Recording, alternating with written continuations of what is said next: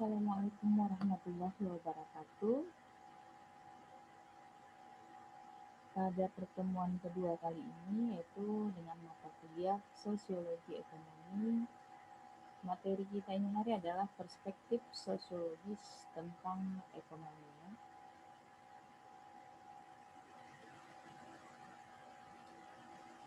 Dalam masalah ekonomi, biasanya sama usulnya dengan sejarah manusia. Pada zaman Nabi ya, pembagian kerja itu sudah ada. Sejak Nabi Adam, ya, profesi pembagian kerja itu menurut risalah Nabi. Kalau dulu ya,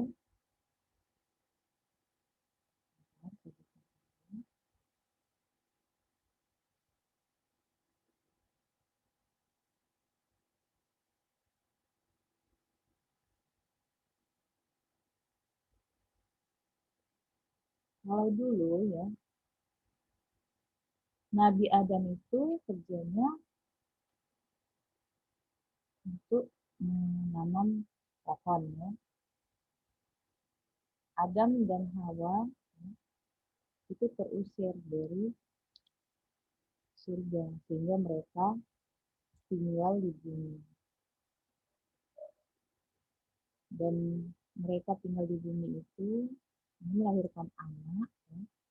Anaknya itu lahir kembar, kembar tapi sepasang. Yang pertama itu adalah Qabil dan Ikrimah, dan yang kedua adalah Habil. Habil itu pasangan wanitanya itu adalah Labuda, itu kembarannya. Pada masa itu ketika mereka anak-anaknya itu dewasa, ya, petani Qabil itu kan zamannya dulu kan dia terkutuk gitu, terkutuk karena ada suatu masalah di dalam keluarganya, itu masalah untuk mendapatkan pasangan hidup, bersaing dengan saudaranya si Habil. Nah, jadi petani Qabil itu pada masa dulu dia itu profesinya petani, dan Habil pada masa Nabi itu dulu profesinya adalah peternak. Jadi ketika sudah dewasa, pasangan si Qabil ini sebenarnya wanitanya itu cantik gitu. Tetapi Nabi Adam alaihissalam itu berpikir mungkin dari kedua anaknya ini ingin menikah gitu. Bagaimana selanjutnya? Jadi dia minta petunjuk dari Allah Subhanahu wa taala sehingga dikasihlah petunjuk bahwasanya tidak boleh ya antara si Qabil dan Habil ini menikah dengan pasangan kembarannya. Jadi si Qabil tadi itu kan pasangan kembarnya si Sima, dan Habil pasangan kembarannya itu si Labuda, wanitanya kan. Lalu disilanglah Qabil ingin dinikahkan dengan si Labuda dan si Habil dinikahkan dengan si Ikrimah. Tetapi sebelum pernikahan itu terjadi, Qabil merasa tersaingi oleh si Habil adiknya. Qabilnya abangan. Jadi ketika merasa dia tidak terima karena Ikrimah itu sangat cantik ketimbang si Labuda. Gitu. Kalau Qabil dan Habil, mereka sama-sama tampan di saat zaman Rasulullah dulu ya. Jadi si Qabil ini merasa tidak sesuai dengan keinginannya gitu. Kenapa tidak si Ikrimah yang menjadi pasangannya? Jadi dia memberikan ini pertanyaan kepada si Nabi Adam alaihissalam, ayahnya sendiri, sehingga Nabi Adam juga meminta petunjuk dari Allah. Ketika itu Allah memberikan petunjuk, maka si Adam menyampaikan kepada anaknya untuk melakukan persembahan. Persembahan itu, misalnya si Qabil adalah petani, berarti dia harus membuat persembahan oleh ini pertaniannya. Kalau si Habil membuat persembahan oleh hasil dari peternakannya. Jadi pada masa itu Habil, ya, adiknya, membuat persembahan ternaknya itu yang sehat, yang gemuk untuk Allah Subhanahu wa taala. Si Qabil menyediakan hasil pertaniannya itu yang jelek-jelek, misalnya sayur, buah-buahan tuh yang jelek-jelek semuanya. Itu dipersembahkan untuk Allah Subhanahu wa taala. Ketika diterima, yang diterima itu hasil ternaknya si Habil. Mau tidak mau, Qabil menerima kenyataan bahwasanya dia harus menerima pasangan yang dalam hatinya itu merasa tidak pantas untuk diri dia, kan sila Buddha tadi. Tetapi itu tadi, dia berpikir malas bekerja, Qabil gara-gara sila Buddha menjadi istrinya.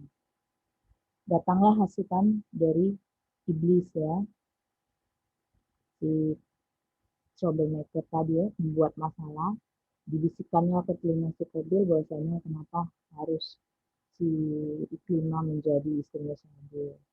Jadi bagaimana caranya datangnya si Habil. Terus dia meluangkan pendapatnya terhadap si Habil tadi dan tidak terima. Bagaimana caranya lagi agar si Habil ini tidak jadi menikah dengan si Iklima. Iblis juga terus menghasut, bunuh saja. Akhirnya terjadi pembunuhan terhadap si Habil. Jadi orang yang pertama sekali membunuh di zaman Rasulullah itu adalah profesinya adalah seorang petani, yaitu Qabil, yang membunuh adiknya sendiri adalah peternak Habil. Dari situ kita bisa ambil kesimpulan. Kalau pada zaman evolusi yang namanya fase memburu dan fase meramu, memburu maksudnya mengumpulkan makanan dan meramu adalah menghasilkan makanan. Di sini fase tersebut secara berkelanjutan. Tetapi pada zaman Rasulullah, si petani Qabil waktu dia lahir langsung sudah dewasa dia menjadi seorang petani dan tidak ada kata memburu gitu. Tidak ada kata memburu dan ramu. Begitu juga dengan si Habil yang menjadi peternak. Jadi pelajaran yang bisa diambil di sini adalah bagaimana tindakan ekonomi pada zaman Rasulullah dan pada zaman sekarang. Jadi pelajarannya itu yang pertama adalah prinsip resiprositas. Prinsip resiprositas di sini adalah perlakuan timbal balik, misalnya antara negara yang satu dengan negara yang lain dalam prinsip perdagangan internasional. Kalau zaman sekarang itu dari WTO. Yang kedua adalah prinsip ekonomi, yaitu bagaimana kita melakukan kegiatan itu sebagai produksi, sebagai distribusi atau sebagai konsumsinya bagaimana gitu dalam kegiatan ekonominya. Lalu yang ketiga adalah persaingan atau menghilangkan pesaing. Biasanya di sini pengusaha harus cerdas. Karena kalau dia terjadi persaingan berarti yang terjadi adalah strategi yang salah. Strategi yang salah di dalam merencanakan suatu persaingan dalam dunia usaha. Itu pelajaran yang bisa diambil ya. Kita lanjut. Dalam definisi sosiologi ekonomi yaitu studi tentang bagaimana cara orang atau masyarakat memenuhi kebutuhan hidup terhadap barang dan jasa dengan pendekatan sosiologi. Ada dua hal yang dapat diperhatikan, yaitu cara berkaitan dengan semua aktivitas orang atau masyarakat yang berhubungan dengan produksi, distribusi, pertukaran, dan konsumsi barang dan jasa.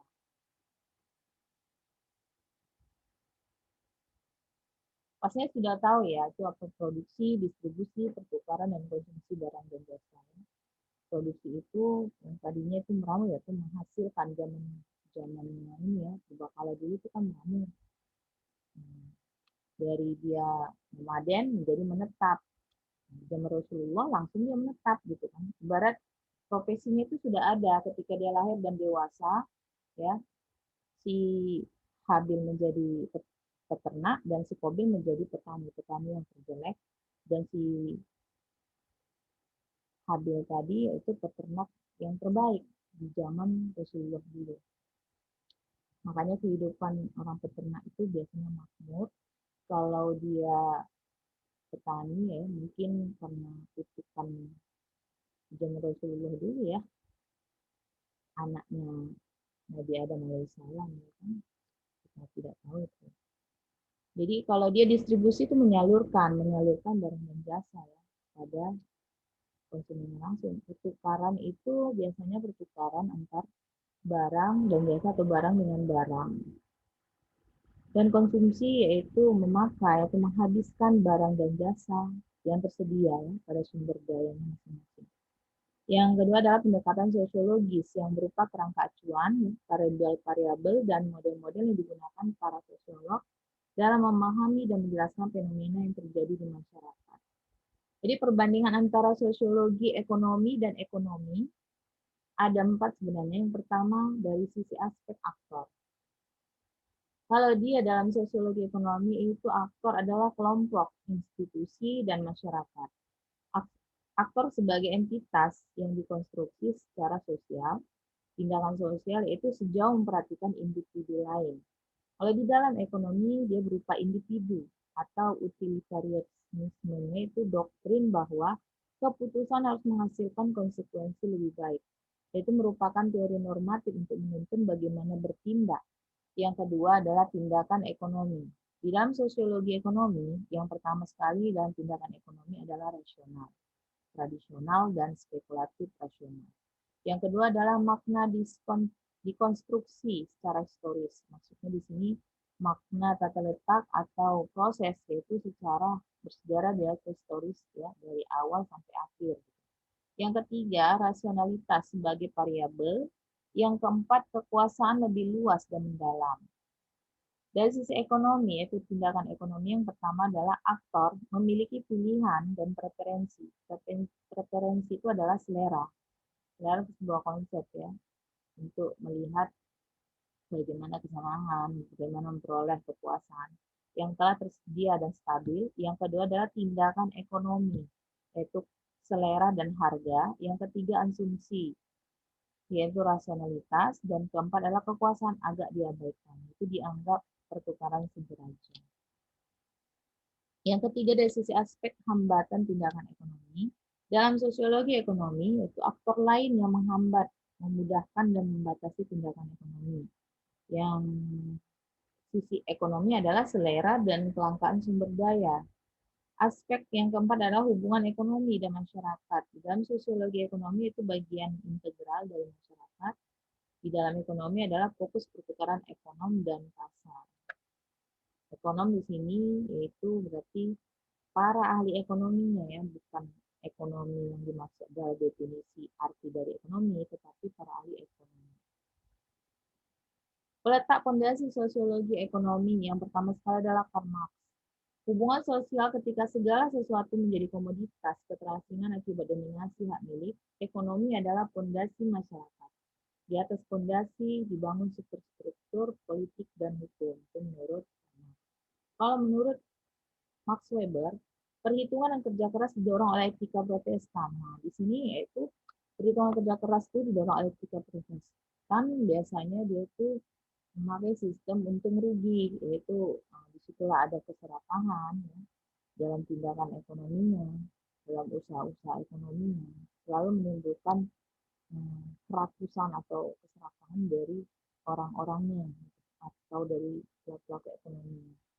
Yang kedua, tindakan ekonomi adalah sosial. Yang ketiga, tindakan ekonomi melibatkan makna. Yang keempat adalah tindakan ekonomi memperhatikan kekuasaan.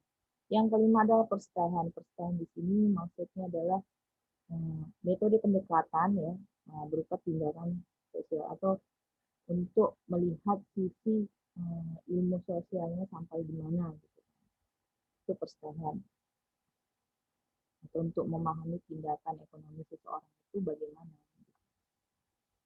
Emil Durkheim, yaitu yang pertama pembagian kerja menciptakan kohesi dan solidaritas. Yang kedua solidaritas mekanis atas dasar kesamaan. Yang ketiga solidaritas organis atas dasar ketidaksamaan, saling tergantung karena memiliki tugas yang beda. Yang keempat anomi ekonomi. Joseph Schumpeter yaitu meletakkan pembagian antara ekonomi dan sosiologi ekonomi. Yang kedua adalah analisis ekonomi untuk mempelajari bagaimana orang bertingkah laku pada waktu tertentu dan apa pengaruhnya. Yang ketiga, sosiologi ekonomi mempelajari mengapa melakukan tingkah laku dalam konteks institusional. Dan yang terakhir adalah menurut Karl Polanyi, ada dua. Yang pertama adalah pasar mengatur dirinya sendiri, dan yang kedua itu adalah keterlekatan. Di sini nanti menurut Karl Polanyi juga akan dibahas pada materi selanjutnya ya, untuk pertemuan selanjutnya. Sampai di sini, jika ada yang ingin ditanyakan, saya persilahkan dan kita akan diskusikan bersama. Tapi untuk tugas ya, tugas-tugas yang akan mahasiswa dan mahasiswi Ibu kerjakan itu, coba dulu ya, pembahasan untuk dari peletak fondasi sosiologi ekonomi, yaitu Karl Marx, Max Weber, Emil Durkheim, Joseph Schumpeter, dan Karl Polanyi ini, tolong kalian jelaskan ya secara maksimal di kertas double folio, definisikan menurut penjelasan kalian apa makna dari para ahli sosiolog ekonomi tersebut ya. Itu dijelaskan ya, menurut referensimu sendiri atau menurut referensi dari internet, buku, dan lain-lain bisa kalau boleh. Jadi itu kalian tulis di double folio, ya. Tulis tangan ya, yang rapi sebanyak 2 halaman dan dikumpul ke grup. Ya. Fotokan, kumpul ke grup. Dan saya akan melihat sampai di mana pemahaman kalian terhadap materi saya ini hari. Terima kasih sebelumnya. Assalamualaikum warahmatullahi wabarakatuh.